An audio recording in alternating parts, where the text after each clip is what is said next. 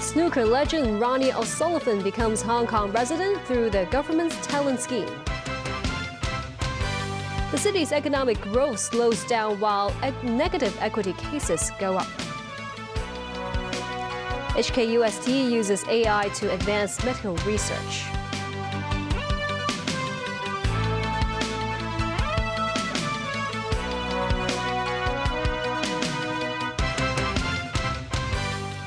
Good evening and thank you for joining us.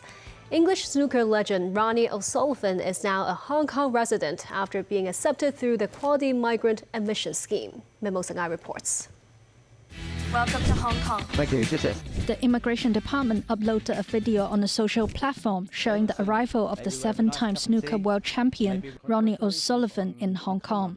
In an interview with OSullivan and Director of Immigration Benson Kok, the snooker superstar explained his reasons for choosing the city as his new home.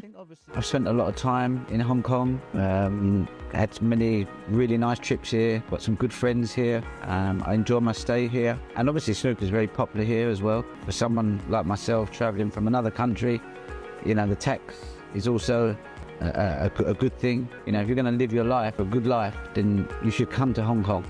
Speaking to the media after an event in Macau, OSullivan said he had applied for the Quality Migrant Admission Scheme a few months ago.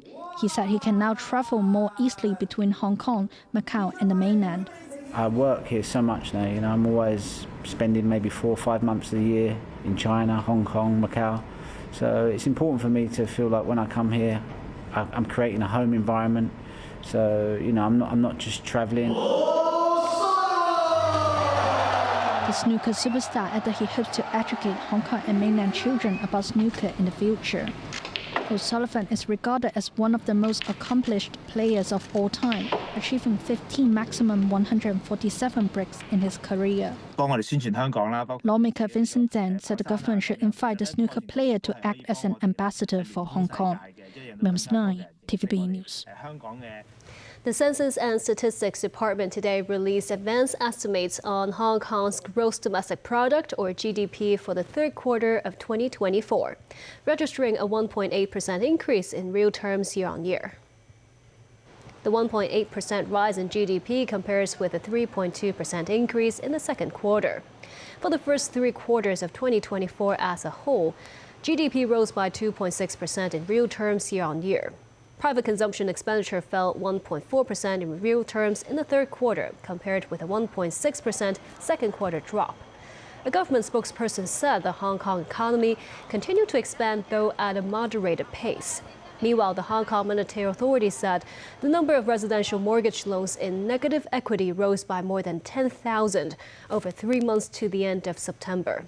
The estimated number of negative equity cases was more than 40,700 cases at the end of September, compared with almost 30,300 cases at the end of June.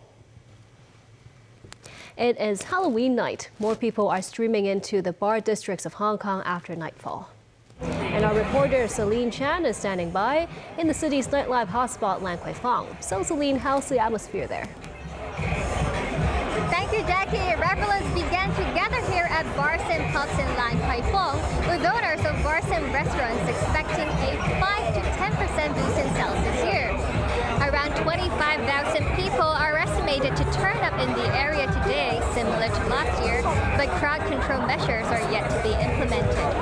Lan Kwai Fong's campaign for this year's Halloween is called A Hauntingly Good Time in Lan Kwai Fong, emphasizing the Hong Kong-style horror. The police will make use of a people counting system for the very first time to work out the crowd density at the scene through visual analysis. Well, and that's all the update for now. Back to you at the studio.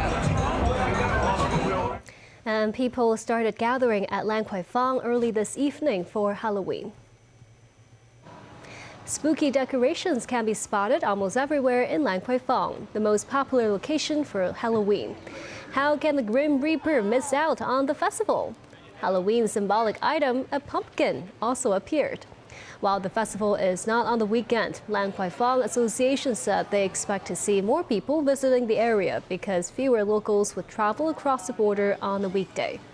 Meanwhile, the association hopes mainlanders can also be attracted by their promotion of the festival on Xiaohongshu, a well-used social media platform in the mainland.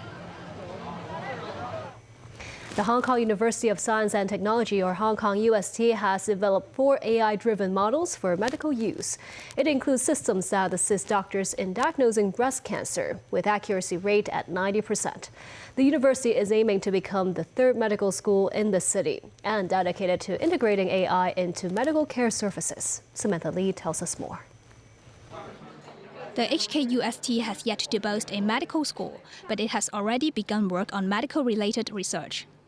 This AI model it has developed is called MOMI, which is used to diagnose breast cancer.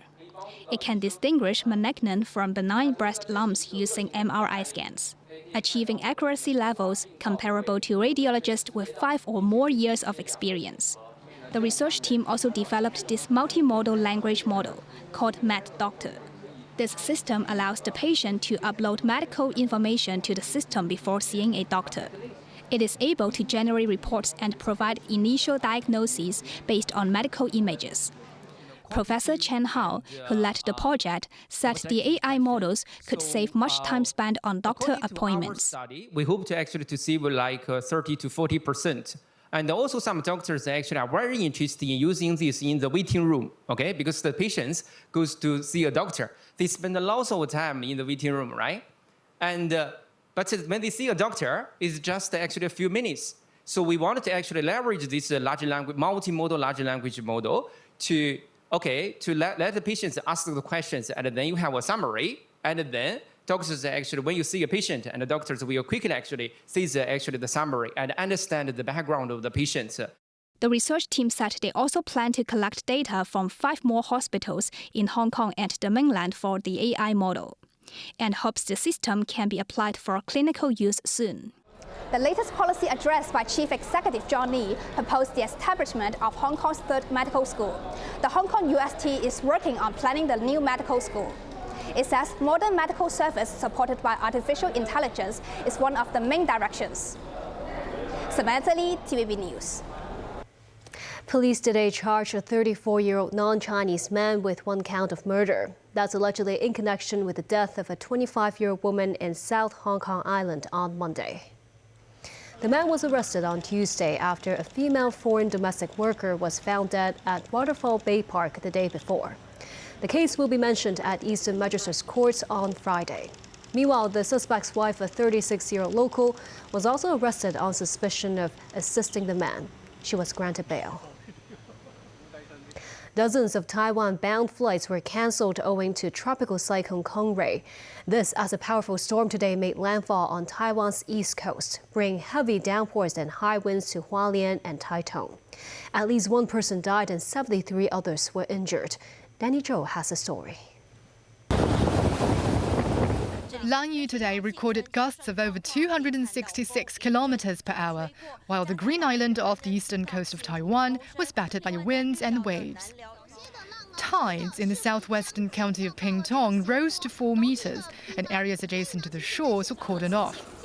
In Taitung's Luye district, streams swelled up and multiple trees were uprooted. Many parts of Hualien witnessed violent level 10 gusts compounded by torrential rains. The water levels of low-lying areas kept rising, and residents were thwarted to wade through the floodwater. Meanwhile, in the mountainous regions, the rain washed down mud and stones and induced landslides, forcing authorities to clear the roads with large machinery. The wind and rain in the northern part of Taiwan grew heavier this morning, with Taipei's Shiling district recording strong gusts that reached level 10. Continuous downpours led to a significant rise in the stock of the Shimen Reservoir that supplies water to Taoyuan City. Its cumulative stock has reached 99%, and authorities have begun discharging water for the 2nd time in 2 years. Also, the much-anticipated concert by Hong Kong superstar Andy Lau, which was set to take place at the Taipei Arena tonight, has been cancelled because of the adverse weather. Organisers said it will be rescheduled to this Saturday. Danny Zhou, TVB News. And still ahead, Donald Trump attacks Joe Biden over the U.S. president's comments about garbage. TVB News speak to the U.S. wine industry over issues including tariffs. Britain's Labour government raises taxes in its first budget in over a decade.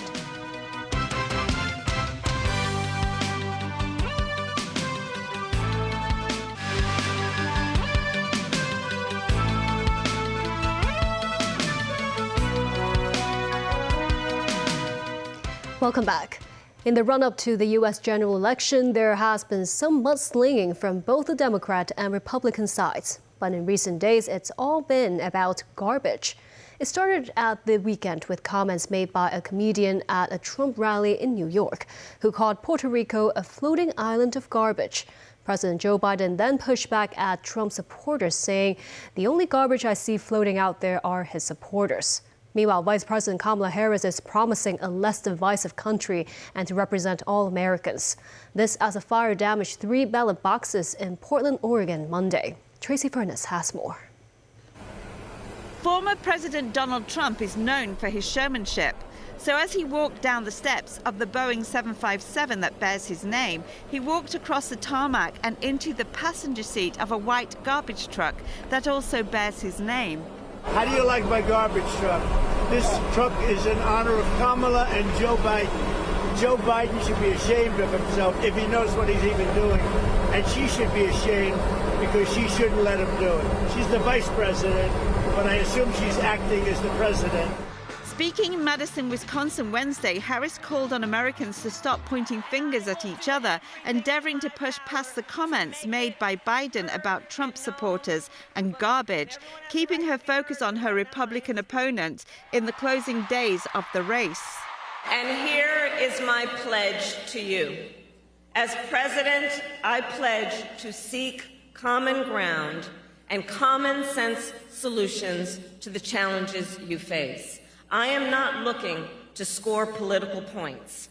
I am looking to make progress. And I pledge then to listen to experts, to those who will be impacted by the decisions I make, and to people who disagree with me. Because look, unlike Donald Trump, I don't believe people who disagree with me are the enemy. He wants to put them in jail. I'll give them a seat at my table. Harris supporters in Charlottesville are looking to a united and not a divisive country. I would love it if we had a less divisive country. I think it's awful to be walking around in a world where people hate each other, and I don't want to hate anybody. I don't want to hate Trump. Tracy Furness, TVB News. The United States launched a trade war against China, which prompted retaliation. Initially, the trade war intended to protect domestic industries. This conflict ultimately caused some American products to lose their access to the Chinese market. And as Trevor Lee reports from California, some winemakers there remain pessimistic about their future, regardless of whether Donald Trump or Kamala Harris wins the White House. Sunshine, a natural gift for Californians, contributes to the state's vibrant agriculture, outdoor lifestyle, and the overall quality of life. The warm climate here supports a diverse range of crops, making California a leading producer of fruits in the U.S. The ideal climate also supports a thriving wine industry valued at $55 billion. However, political factors have led to significant changes in this sector. We tend to age ours a little while. Some people release them sooner, but they get the fuller body as they age. Since Donald Trump took office in 2017, he imposed additional tariffs on Chinese products to protect American industries, which prompted Chinese retaliatory measures against U.S. goods, including wines. Tariffs have gone up to nearly 100%, causing U.S. wine exports to China to drop by 3/4 at one point. They look like it because they're all shriveled up. This is what was left. It didn't get picked. But then once all the leaves fall off, they trim everything back. U.S. presidential elections are held every 4 years after the peak period of the harvest season on farms. Trump, who initiated the trade war, is seeking a return to the White House. This winery in Livermore, approaching its 50th anniversary, has redirected 40,000 bottles originally destined for China to local sales since the start of the trade war. They worry that it will get worse if Trump returns. Even if the Democrats remain in power, it is believed they will retain the existing tariffs. It's a very charged subject, obviously. It seems silly to squash the free trade between any country. I mean, it doesn't make any sense. California is home to a significant number of wineries, with 4,000 establishments contributing to the state's wine production. And California wine represents 95% of the U.S. exported wine. Between trade barriers set up in both the U.S. and China, Hong Kong continues to serve as a tax-free port for wine and remains a key market for Californian wines and a regional distribution center. So it's very easy to ship wines here. That makes a big difference for a lot of people. I think also you have a fairly sophisticated consumer. He added that both the mainland China and Hong Kong markets are deemed equally important. Trevor Lee, TVB News, California. In the UK, the Labour government unveiled its first budget since coming to power in the summer, raising taxes and vowing to restore faith in public services. Nasir Karim has more. Rachel Reeves holds up the red box, a tradition for the Chancellor of the Exchequer on Budget Day going back to Victorian times. It was all smiles outside number 11 Downing Street.